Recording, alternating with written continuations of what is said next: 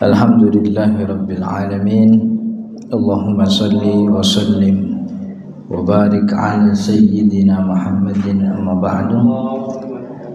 Para jemaah, alhamdulillah kita bersyukur siang hari ini diberi nikmat oleh Allah sehingga bisa berkumpul, bisa bersilaturahmi, sekaligus juga bisa menunaikan salah satu kewajiban kita, yaitu sholat zuhur secara berjamaah, kemudian dilanjut dengan ta'lim. Kita berharap kepada Allah, mudah-mudahan apa yang kita pelajari jadi ilmu yang bermanfaat, sekaligus jadi tambahan amal ibadah kita di akhirat. Amin ya rabbal alamin. Ini kita lanjutkan bacaan kita. Terakhir kita membahas tentang sunnah salam, gitu ya. Jadi sekarang kita masuk ke sunnah jenis yang ketiga, sunnah setelah sholat. Jadi ada sunnah sebelum sholat, ada sunnah di dalam sholat, ada sunnah setelah sholat. Jadi hal-hal yang memang bukan kewajiban, mengerjakannya tidak membuat, artinya meninggalkannya tidak membuat sholat kita batal, enggak begitu. Cuman ini sebagai sarana agar menambah pahala dan juga membuat kita ini makin dicinta oleh Allah. Jadi dalam hadis qudsi disebutkan bahwa mazala abdi yuqarribuni bin nawafili hatta uhibbahu. Jadi salah satu biar Allah demen sama kita itu memperbanyak ibadah-ibadah sunnah. Dalam hadits qudsi Allah mengatakan mazala yuqarribuni abdi bin nawafili hatta uhibbahu. Itu ada hambaku yang terus-terusan. Mazala itu bahasa Arab yang menunjukkan kontinuitas. Mazala abdi yuqarribuni, ada hambaku yang terus-terusan mendekatiku bin nawafili, maka yang sunnah-sunnah begitu. Ya, mungkin yang wajib udah beres, cuman yang wajib yang lain belum nyampe syaratnya kan ya. Kayak orang wajib zakat kan ada syaratnya. Syaratnya kudu punya duit. Duitnya juga kudu nyampe nisab. Kalau di rekening timbang 200-300 ribu mah gak ada kewajiban zakat gitu. Ya pas awal bulan sih banyak itu, ada belasan juta. Man 2 hari doang itu tetap gitu. Nah, besok cicilan ini, cicilan itu, ujung-ujungnya 500 ribu lagi isinya gitu.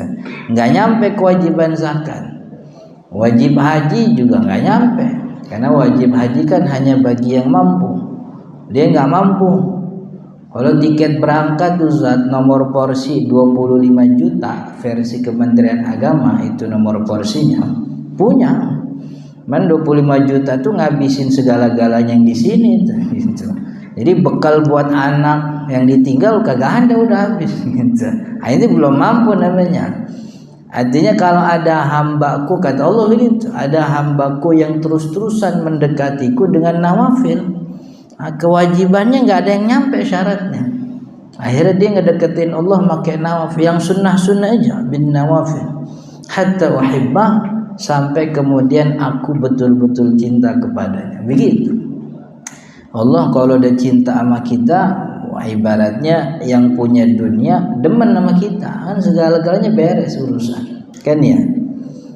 Orang kalau lagi pacaran begitu kan, apa yang diomongin sama pacarnya diturutin. Kan ya. Pacarnya bilang, bakso enak banget no bakso, dibeliin bakso gitu. Tapi kalau tibang beliin bakso mah cintanya cuma cetek gitu.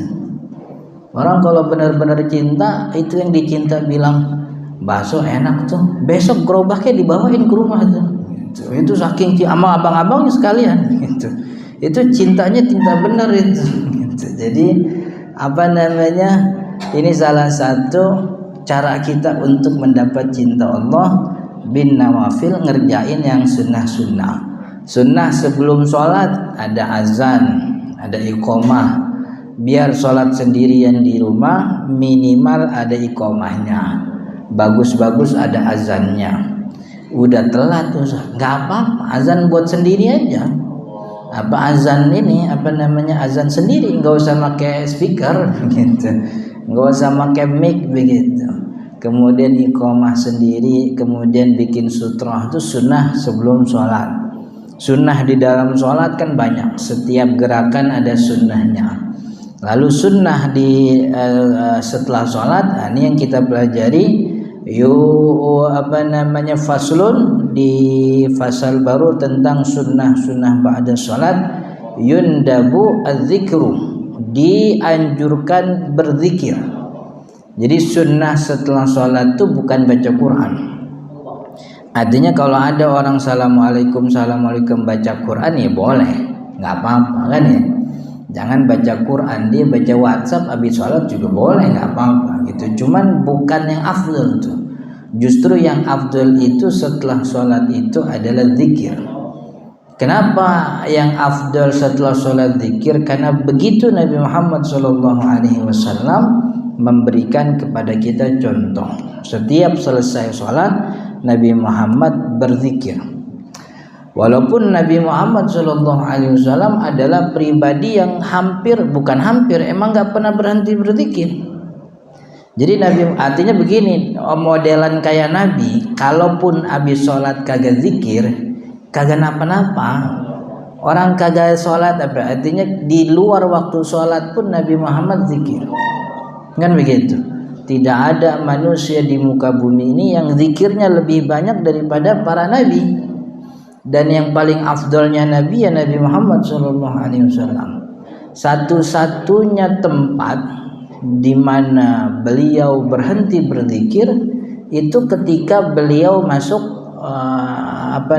kamar mandi, masuk WC. Makanya salah satu riwayat menyebutkan setelah beliau keluar kamar mandi itu doanya beliau mengucapkan zikirnya ghufranak. Ghufranak itu artinya ya Allah ampunilah aku. Sebab disitulah satu-satunya tempat Nabi Muhammad berzikir gitu. Jadi Nabi Muhammad nyontoin zikir itu bukan buat dia begitu, buat kita begitu. Buat kita dikasih contoh. Apa zikir yang biasa diucapkan oleh Nabi Muhammad SAW setelah sholat? Yang pertama, beliau biasa beristighfar 3 kali. Astaghfirullahaladzim, 3 kali. Ya model istighfar macam-macam dah. Mau istighfar astagfirullah aja boleh, astaghfirullahaladzim wa tubu ilaik boleh, astaghfirullahaladzim gitu. Pokoknya istighfar. Jadi Nabi Muhammad kana yastaghfiru salasan ba'dama insarafa minas shalah. Setelah beliau selesai salat, karena selalu itu beliau mengulang istighfar 3 kali. Gitu. Kalau sudah istighfar 3 kali, apa yang dibaca oleh Nabi Muhammad? Allahumma antas salam. Biasanya gitu. Cuman ada versi yang pendek, ada versi yang panjang. Allahumma antas salam tuh versi pendeknya Allahumma antas salam wa minkas salam tabarakta ya dzal jalali wal ikram. Dah, begitu tuh. Allahumma antas salam wa minkas salam tabarakta rabbana ya dzal jalali wal ikram. Begitu udah. Ini riwayat yang banyak sekali disebutkan perihal Nabi Muhammad selesai sholat ini. Jadi kalau mau yang pendek-pendek itu cukup itu. Allahumma antas salam wa minkas salam tabarakta rabbana wa ta'ala ya dzal jalali wal ikram. Tapi kalau yang panjangnya tuh satu riwayat menyebutkan ini disebutkan oleh Nabi Muhammad sallallahu alaihi wasallam ketika beliau masuk Masjidil Haram melihat Ka'bah. Tapi banyak ulama yang make ini pada sholat juga. Allahumma antas salam wa minkas salam wa ilaika ya'udus salam wa hayyina rabbana bisalam wa adkhilnal jannata darus salam tabarakta rabbana wa ta'alaita ya dzal jalali wal ikram. Ini riwayat yang ini yang saya nemu, dan ini yang dengan kekurangan referensi. Ini riwayat ada ketika Nabi Muhammad SAW melihat Ka'bah. Jadi masuk Masjidil Haram, kan masuk Masjidil Haram nggak langsung ketemu Ka'bah tuh, jalan dulu kan ya, sekian meter baru sampai Matof ketemu tuh Ka'bah. Allahumma antas salam minkas salam gitu. Tapi kalau ba'da salat Allahumma antas salam wa minkas salam tabarakta rabbana ya dzal jalali wal ikram udah. Cuman kalau mau pakai yang panjang kayak ngelihat Ka'bah boleh nggak apa? Dan itu yang dilakukan oleh banyak ulama. Itu zikir yang kedua. Jadi pertama istighfar 3 kali astagfirullah. Dan ini bisa kita lakuin, nggak mesti berjamaah, dalam arti nggak mesti dituntun sama imam. Kalau kita sholat di rumah sendiri, atau justru kita yang menjadi imam bagi anak-anak di rumah, atau sholat di masjid tapi telat begitu, di mana aja astagfirullah 3 kali, kemudian Allahumma antas salam. Nah, habis itu yang biasa Nabi Muhammad SAW baca yaitu ayat kursi, Allahu la ilaha illa huwal hayyul qayyum. Dan ini fadilahnya besar. Dalam satu riwayat kata Nabi Muhammad SAW, man qara'a ayatul kursi, siapa orang yang membaca ayat kursi ba'dal maktubati, setiap selesai salat fardu, kana lahu bainahu wa bainal jannati illal maut, tidak ada yang memisahkan antara dirinya dan surga kecuali kematian. Jadi ibaratnya kita sama surga tuh udah nempel, yang misahin cuman mati aja. Ntar kalau matinya udah kelewatan, surga udah, begitu maksudnya. Jadi tidak orang yang baca surat ayat kursi setiap selesai sholat fardu, tidak ada yang memisahkan dirinya dan surga kecuali kematian. Jadi ini kita di sini nih, ini tembok nih, ini di belakang tembok surga, ini tembok namanya mati nih. Ini kalau kita udah lewat tembok ini langsung ketemu surga, begitu maksudnya. Jadi ternyata masuk surga tuh gampang, kagak kudu bikin bom begitu, kagak kudu poligami juga begitu. Kan ada tuh orang yang kampanye poligami, kata iya bener juga sih, cuman kagak kudu begitu juga gitu. Cara masuk surga banyak begitu. Ya kalau mau pakai cara poligami terserah begitu. Cuman kalau poligami kan yang sakit banyak tuh gitu, yang sakit banyak. Bininya sakit, mertuanya makin gedek, iparnya udah nyiapin golok, biasa begitu tuh. Ini udah gedek, empok gua di madu, sialan kan kata gitu. Itu susah begitu. Tapi kalau baca ayat kursi aja tiap habis sholat kagak ada yang marah, insyaallah nggak ada yang marah. Dan fadilahnya surga, ini surga beneran ini yang disebut sama Nabi Muhammad SAW. Jadi itu yang ketiga. Jadi pertama istighfar 3 kali. Yang kedua Allahumma, ini yang simpel-simpel, yang sederhana, yang kita bisa kerjain tiap hari tanpa kudu ngikutin imam, bisa di rumah. Nih ayatnya kan kita hafal semua. Istighfar 3 kali, Allahumma antas salam, kemudian ayat kursi. Yang ketiga, yang keempat itu baca muawwidzatain. Muawwidzatain itu apa? Qul a'udzu birabbil falaq sama qul a'udzu birabbin nas. Itu yang juga diwasiatkan oleh Nabi Muhammad SAW kepada salah seorang sahabat. Siapa sahabatnya waktu itu, riwayatnya lupa itu siapa, yang diwasiatkan setiap sholat fardu selesai baca qul a'udzu birabbil falaq qul a'udzu birabbin nas, begitu. Lalu kemudian mengulang-ulang yang keempat, yang 5, yaitu tasbih, tahmid, takbir. Tasbih subhanallah, tahmid alhamdulillah, takbir Allahu akbar. Ini berapa ini Ustaz? Ini boleh bukan maksimal, paling afdolnya 33 kali. Paling afdol 33 kali. Tapi kalau lagi buru-buru, lagi cepat-cepat, minimal 10 kali. 10 kali aja. Jadi subhanallah 10 kali begitu. Alhamdulillah 10 kali, Allahu Akbar 10 kali. Jadi dua-duanya ada riwayat dari Nabi Muhammad SAW. 33 Nabi melakukan dan ada fadilahnya. Yang 10 kali juga disebutkan oleh Nabi Muhammad SAW. Dalam hadis itu dikatakan khosratani, ada 2 hal yang kalau orang muslim ngerjain nih bakal masuk surga. Apa 2 hal tersebut? Pertama, sholat 5 waktu. Yang kedua, tasbih 10 kali, tahmid 10 kali, takbir 10 kali. Jumlahnya semua jadi 150 kali. Ini kata Nabi Muhammad, di lisannya gampang, tapi di timbangan akhirat tuh berat. Tuh, kan gampang, subhanallah, subhanallah, subhanallah 10 kali aja.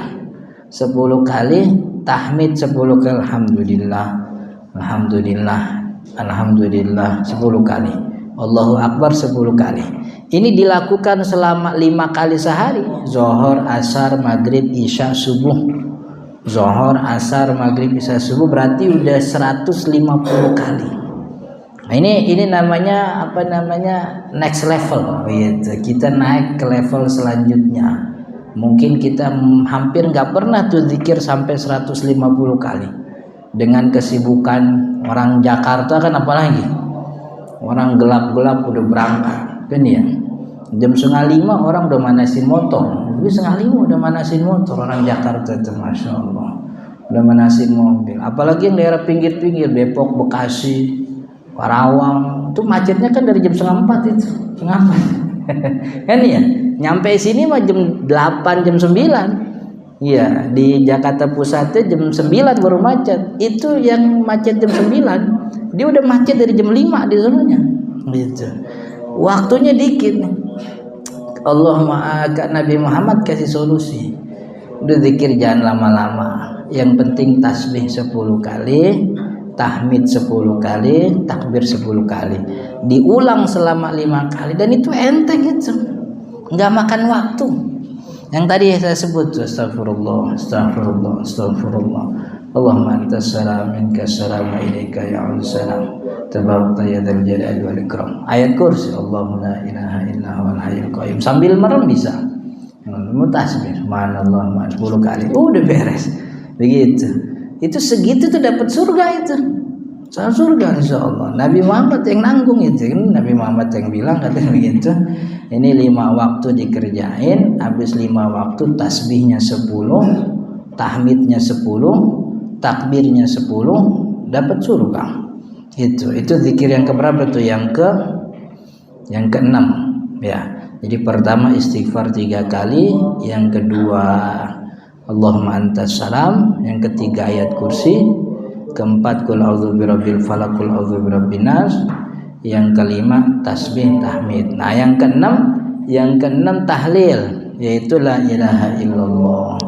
La ilaha illallahnya berapa kali Ustaz? Sekali aja cukup.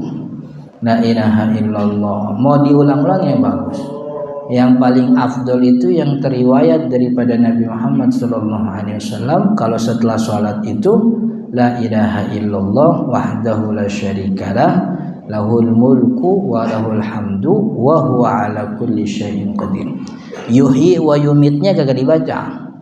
La ilaha illallah wahdahu la syarikalah, lahul mulku wa lahul hamdu yuhyi wa lahul mulku wa huwa ala kulli syai'in qadir. Ini melengkapi yang tasbih tadi. Tasbihnya 10, itunya tahmid 10, takbir 10, ujungnya ditutup la ilaha illallah wahdahu la syarikalah. Begitu. Cuman dalam satu riwayat ada yang menyebutkan, kata Nabi Muhammad SAW, siapa orang yang baca ini, la ilaha illallah wahdahu la syarikalah, lahul mulku wa lahul hamdu wa huwa ala kulli syai'in qadir, fi masaan wa sobahan, pagi dan sore, pagi dan petang sebanyak 10 kali, maka dia dapat 10 kebaikan. dia dihapuskan 10 keburukan. Allah angkat derajatnya 10 kali tingkatan, dan dia seperti membebaskan 10 budak orang muslim. Jadi pahalanya banyak. Makanya biasanya imam-imam masjid, imam ini kalau habis sholat maghrib la ilaha illallah 10 kali biasanya gitu. Karena riwayat ini nih, jadi pagi petang, paginya subuh, petangnya maghrib gitu. Cuman kalau kita mau yang simpel sekali aja nggak apa-apa, sekali aja biar apa namanya ya namanya orang baru jajal kan ya, mau jajal kagak usah muluk-muluk. Kalau mau baru jajal kebiasaan dari dulu habis sholat langsung kabur. Jangan suruh zikir yang panjang-panjang, nyantai aja dulu, latihan dulu. Emang kagak biasa zikir, udah istighfar aja deh dulu gitu. Astagfirullah. Ntar seminggu 2 minggu dia biasa istighfar, tambahin ayat kursi gitu. Jadi nggak usah muluk-muluk sampai apa namanya zikir sampai 200 300, besokannya 3 bulan begini kan kagak bagus. Yang penting tuh istiqomah aja, naik level. Kayak orang mau belajar tahajud, biasa bangun jam 6, jam setengah 7. Jangan langsung disuruh bangun jam 3, kagak bisa. Ya bisa sih bangun jam 3, mana bisa tidur lagi gitu. Ujungnya bangun jam 7 lagi gitu. Jadi nyantai aja. Biasa bangun jam berapa? Jam 6. Udah besok latihan jam setengah 6 dulu dah gitu. Besok latihan setengah 6 udah seminggu, 2 minggu, sebulan, naikin lagi dah. Naikin jam 5 gitu. Bangun jam 5 seminggu, 2 minggu, 3 minggu, udah sebulan ini naikin lagi jam setengah 5. Begitu latihannya begitu. Jangan baru latihan udah bangun jam setengah 3, orang kapok, besok nggak bakal mau lagi gitu. Capek bangun tahajud, ya iya capek, orang kagak pernah gitu. Tapi kalau biasa begitu, itu biasa. Tukang kuli panggol di Pasar Induk Keramat Jati itu tidur jam 7 malam, jam 12 udah bangun ke Pasar Induk gitu. Apa itu pekerjaan tiba-tiba jadi? Enggak, dari dulu, dari muda dia. Emang dari muda begitu kerjaannya. Dulu sih kagak begadang, dulu sih kagak tidur, begadang aja. Lama-lama capek. Akhirnya terjadi tuh polanya begitu. Pokoknya jam 7 tidur, jam 11 gua ke Induk. Nyampe rumah jam 6 pagi tidur, bangun jam 9 begitu tuh. Itu polanya tuh, udah begitu. Kita juga sama nih, gimana nih biar bisa bangun tahajud. Emang biasa bangun jam berapa? Bangun jam 6. Naikin dulu jam setengah 6 gitu. Ya, zikir juga sama. Habis sholat fardu nih, romanya pantat gatel banget gitu. Pengennya mau naik aja gitu. Biar ada zikirnya, istighfar aja dah dulu. Istighfar 3 kali. Jadi kemudian besok tambahin Allahumma anta salam. Makin lama dia punya kebiasaan jadi risih kalau habis sholat kagak zikir gitu. Jadi jangan yang apa namanya yang langsung gede-gede, yang biasa-biasanya. Itu tadi zikir-zikir yang disunnahkan atau zikir yang termaksur daripada Nabi Muhammad SAW. Wa doa, lalu kemudian setelah zikir juga ada kesunahan doa akibat sholati, setelah sholat. Dan doa ini para jemaah yang dirahmati Allah, mintalah kepada Allah pemberian yang paling tinggi. Jadi mintanya tuh jangan nanggung-nanggung, minta surga sekalian begitu. Jadi jangan minta ya Allah naikin pangkat mah berapa tahun kan gitu. Minta sama Allah surga. Makanya kalau memang ada hajat dunia, ini hajat akhirat jangan dilupain dulu. Jadi wabil khusus tentang permintaan kita kepada surga jangan dilepas begitu. Jadi minta kepada Allah permintaan yang paling agung, yaitu minta surga. Jadi jangan cuma minta hajat dunia. Ya boleh minta hajat dunia, tapi jangan kemudian dilupakan nasib kita di akhirat. Begitu. Dan disunnahkan ketika doa itu memulai dengan alhamdulillah dan sholawat. Alhamdulillahirabbil alamin. Allahumma shalli ala sayyidina Muhammad. Allahumma sholli Allahumma alhamdulillahirabbil alamin. Allahumma sholli ala Muhammad. Ya Allah, ampunilah dosaku, dosa orang tuaku, dosa anak istriku, dosa kerabatku. Ya Allah, berikanlah kami jalan menuju surgamu, begitu. Ya Allah, gitu. Itu adab berdoa begitu. Jadi pertama alhamdulillah, kemudian sholawat. Ini adab paling minimal. Tapi kalau adab yang paling maksimal itu memulai doa dengan menyebut Asmaul A'zam. Ya Fattahu ya Razzaq. Jadi kita sebut nama-nama Allah yang merupakan Asmaul A'zam. Asmaul A'zam itu nama-nama agung. Sebagian ulama menyebut ini Asmaul Husna, itu bagian dari Asmaul A'zam. Jadi kita sebut nama Allah.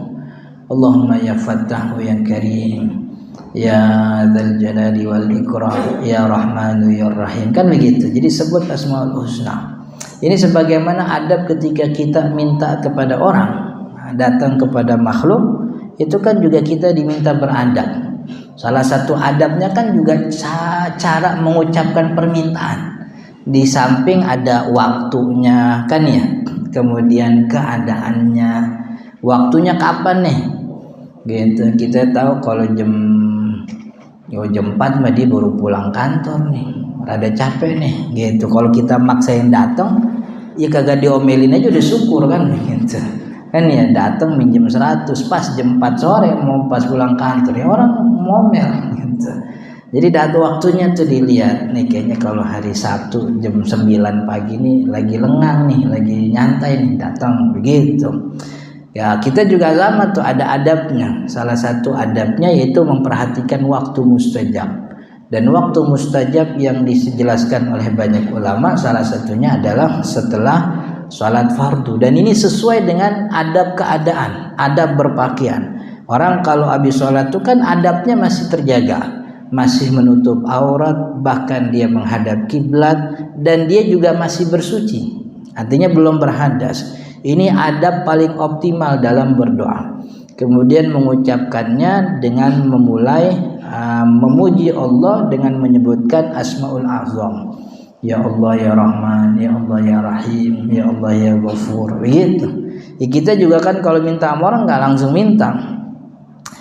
Pak Haji tadi saya dari musola, saya lihat karpetnya baru gitu. Saya tanya, rupanya karpetnya di Pak Haji ya gitu. Emang beruntung kita tinggal di sini ada Pak Haji mah gitu. Pengajiannya lancar, musola karpet baru mulu kan.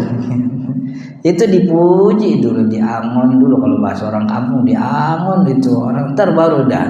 Jadi begini Pak Haji, itu mintanya tuh sekian paragraf ke depan itu 1 sampai 10 ke paragraf tuh isinya pujian semua. Di alam, kalau bahasa orang kampung di alam terus.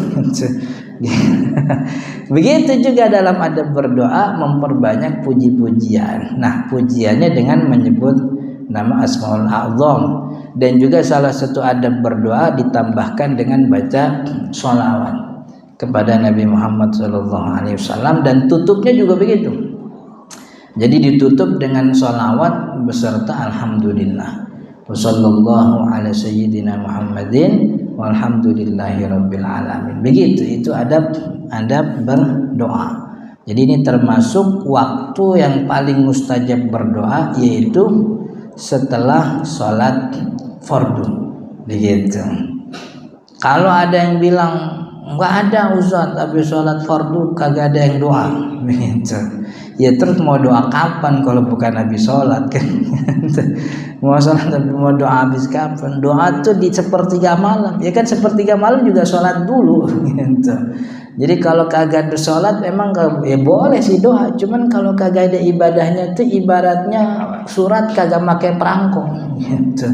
Ini nih ibadah nih jadi wasilah. Jadi doa itu sebenarnya permintaan kita kepada Allah, dan Allah Maha mendengar.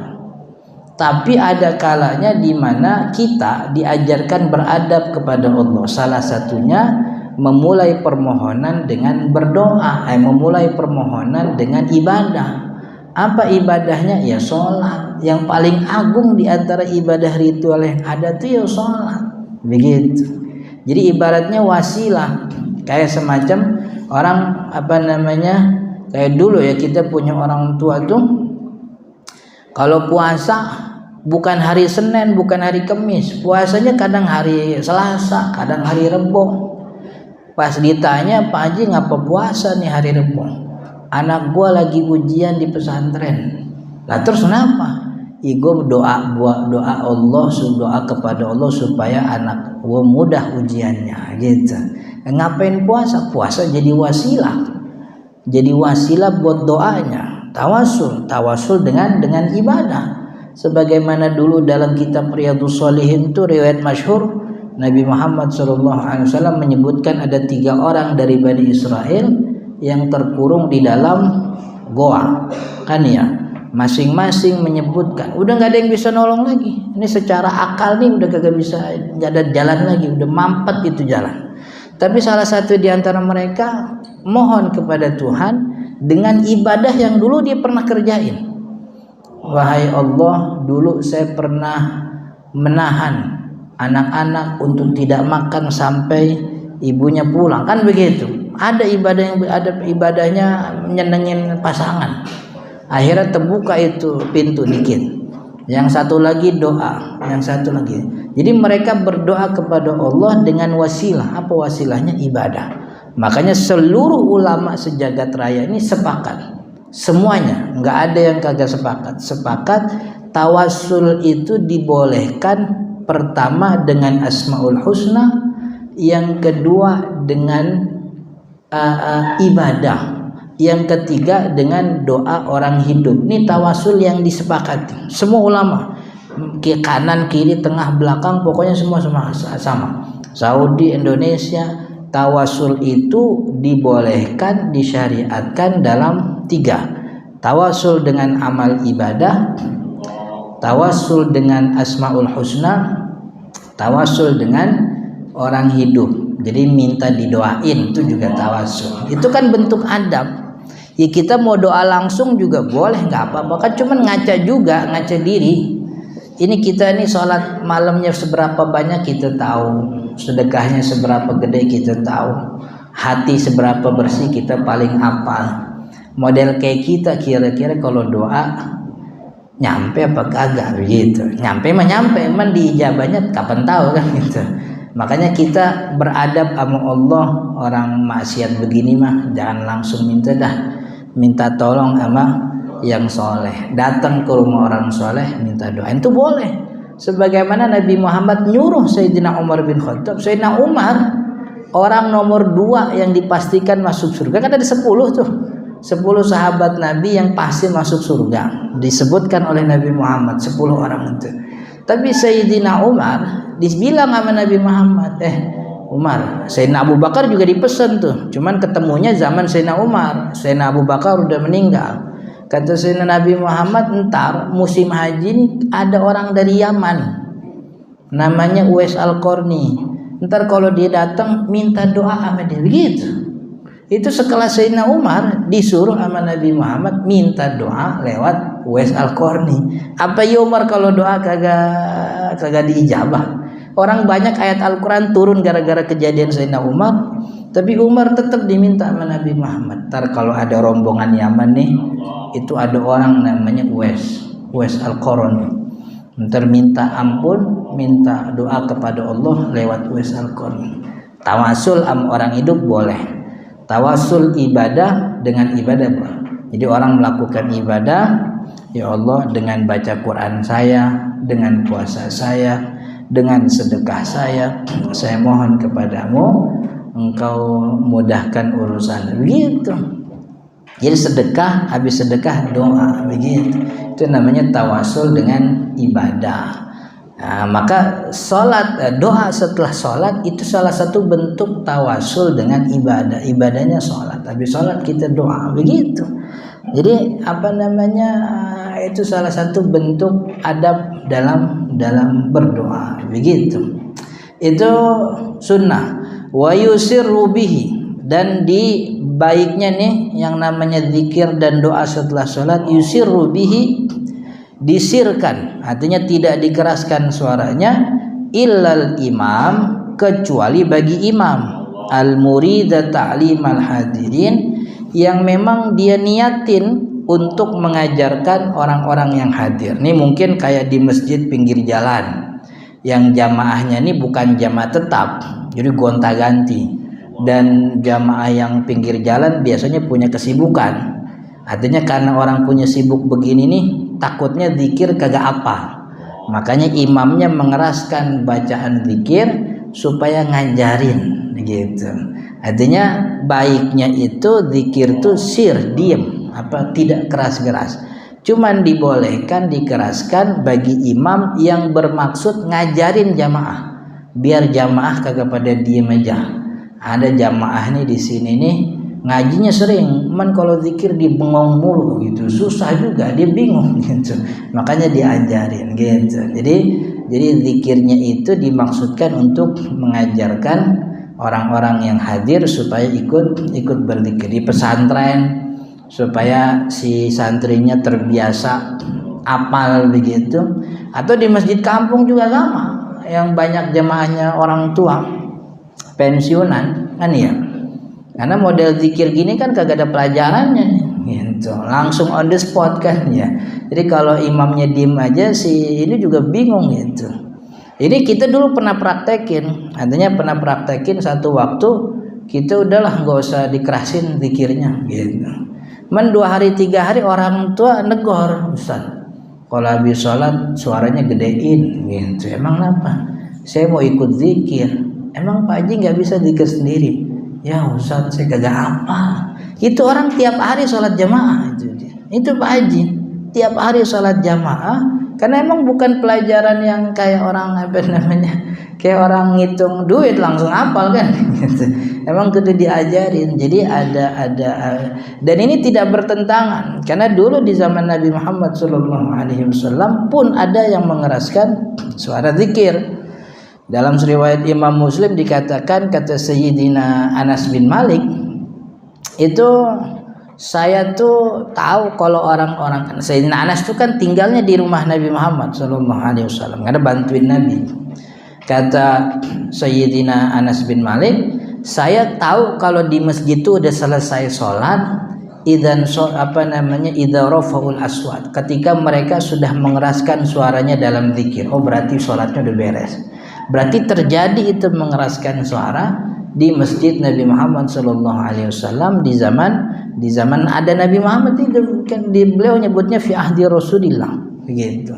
Dan secara sederhana ya, sahabat-sahabat Nabi itu tahu kalau Nabi Muhammad ngomong subhanallah walhamdulillah Allahu akbar setelah sholat itu kan berarti karena sahabat dengar. Kalau sahabat dengar berarti kan Nabi Muhammad zikirnya rada keras. Karena kalau rada kecil sahabat kagak dengar gitu, sahabat bingung Nabi Muhammad zikir. Tapi Nabi Muhammad diriwayatkan Nabi Muhammad setiap selesai sholat istighfar 3 kali. Lah itu tahu dari mana Nabi Muhammad istighfar 3 kali? Lah kan kita dengar kan gitu. Kita dengar Nabi Muhammad istighfar 3, berarti istighfarnya kencang itu. Istighfarnya kencang. Artinya baik mengeraskan suara atau mensenyapkan suara, ini sama-sama riwayat yang ma'thur daripada Nabi Muhammad SAW. Artinya tinggal mau dipilih dah, mau dikerasin ya boleh, mau disenyapkan juga boleh. Orang sini maksud zikir udah pada fasih, udah pada pinter gitu, nggak usah dikerasin dah gitu. Tuh husnuzonnya begitu gitu, nggak usah dikerasin. Anak sini udah pada jago wiridnya begitu. Fajharu bihi ila an yata'allamu, dikeraskan supaya mereka belajar. Wa yuqbilu wa yundabu fihi wa fi kulli du'ain raf'ul yadaini summa mashul wajhi bihima, dan disunnahkan dalam setiap doa, baik doa habis salat atau di luar salat, raf'ul yadaini mengangkat tangan, summa mashul wajhi bihima, kemudian dia mengusap wajah dengan kedua tangan tersebut. Itu sunnahnya dalam berdoa. Wallahu taala alam. Mudah-mudahan bermanfaat. Insyaallah kita lanjut di pertemuan akan datang. Subhanakallahumma wa bihamdika asyhadu an la ilaha illa anta astaghfiruka wa atubu ilaik. Assalamualaikum warahmatullahi wabarakatuh.